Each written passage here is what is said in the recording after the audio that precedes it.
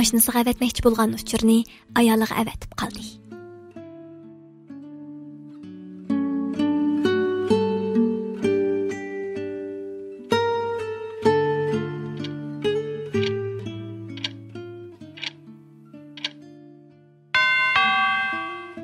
Kech saat 11. Əmdili xizmətini tügütüb əsnəşki başladı və yanfonni qo'liga elib birlarga uchir əvətdi. Yığın əmdi tügüdü. Bugün bəkli charchadım. Seni seyxindim. Quchoqlig'im keldi. Bu uchurni u aşnısıga əvətməkçi idi. Amma uchurni əvətib bo'lib, qaytibla qaldı. Çünki u aşnısıga əvətgan uchurni ayalığa əvətib qo'ygan edi. Abla, əmdi tügəşdim də. Deb o'yladi. U jiddiyləşishga başladı. Çünki necha yillardan buyon ayalığa bundaq shirin so'zlarni qilib baxmagan edi. Uning nazarida ayoli bugun uningdan aniq gumonlanadi.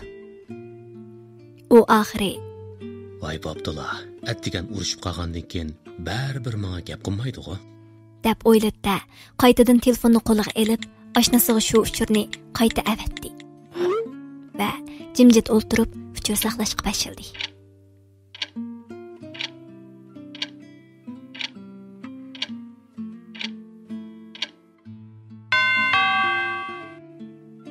Kech saat 12.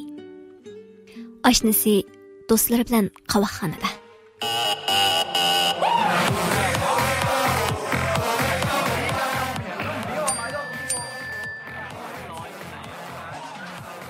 O yanfonni içib, uçurni ko'rdi va mansitmagandek miyig'ida kulib qo'ydi.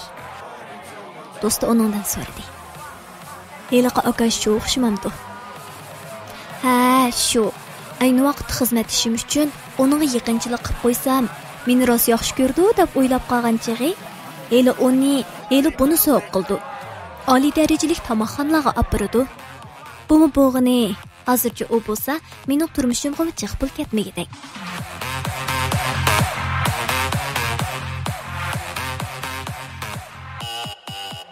U shundaq deginicha do'sti bilan usul o'ynag'ili sahnaga tushib ketdi. Erning uchur yozganini unutib ketgan edi.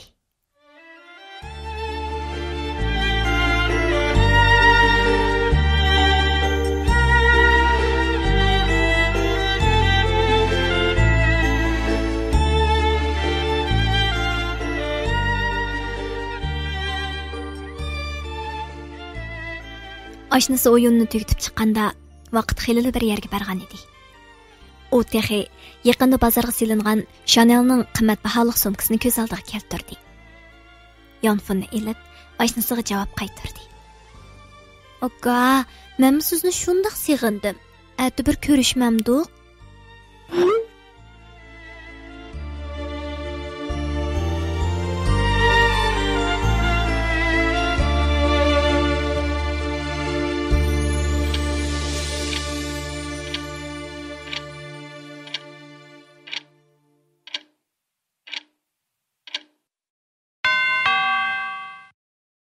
Kech saat 1.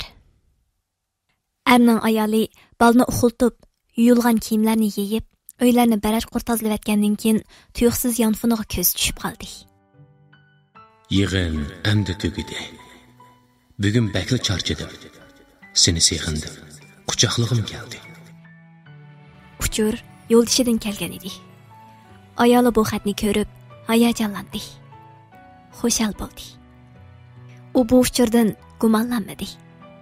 Aksicha, atigan urushib qolgandek ishlarni o'ylab, o'zini aybladi. Yo'ldishim shu chaqda nashtimi qilmay uydan chiqib ketgan edi. Ayoli o'zining harg'inligini unutib, darhol sho'rpiq tutish qildi.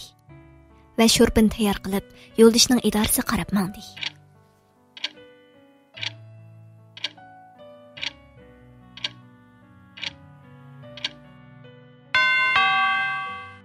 Kech saat 2.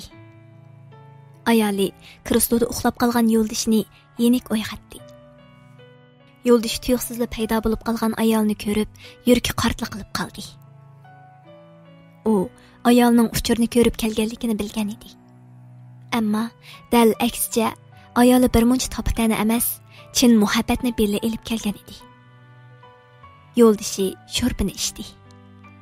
Yuragi siqildi. Ko'zdagi yoshni yoshiribmi qololmadi. Men nemishqa boshqa qizlarga shuncha qilaman? U zodi qanchalik go'zal? Acaba ayolimdanmi go'zalmi? Yo'q. Ayolim ayni vaqtda sinfning guli edi. Yangi to'y qilgan vaqtimizda u intan sho'x edi. Qushqoshdek sayrab, so'zlab to'xtamaydi. Yana texi u qobiliyatli bir xizmatchi edi. Ammo hozircha hammaga o'zim sababchi turib, yana uningdan og'rinamdim. Eng go'zal yor yonimda turib, go'zallarni sirtin izlab, yana vijdonimga yuz kelarlamdim. Meni kechiring, jinim xotin. Rahmat sizga. Ayolni quchoqladi. Ular qo'l tutishgan holda uyga qaytdi.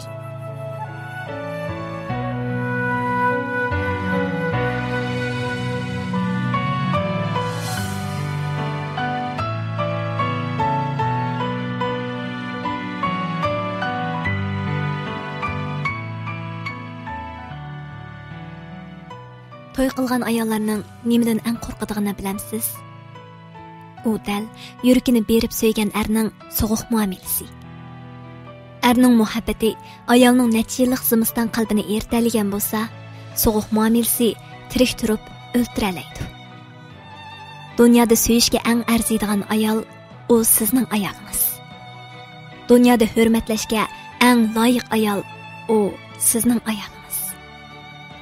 Uni burunqidek jazblar emas deyishdan avval uningga muhabbatlashgandagidek muomala qiling.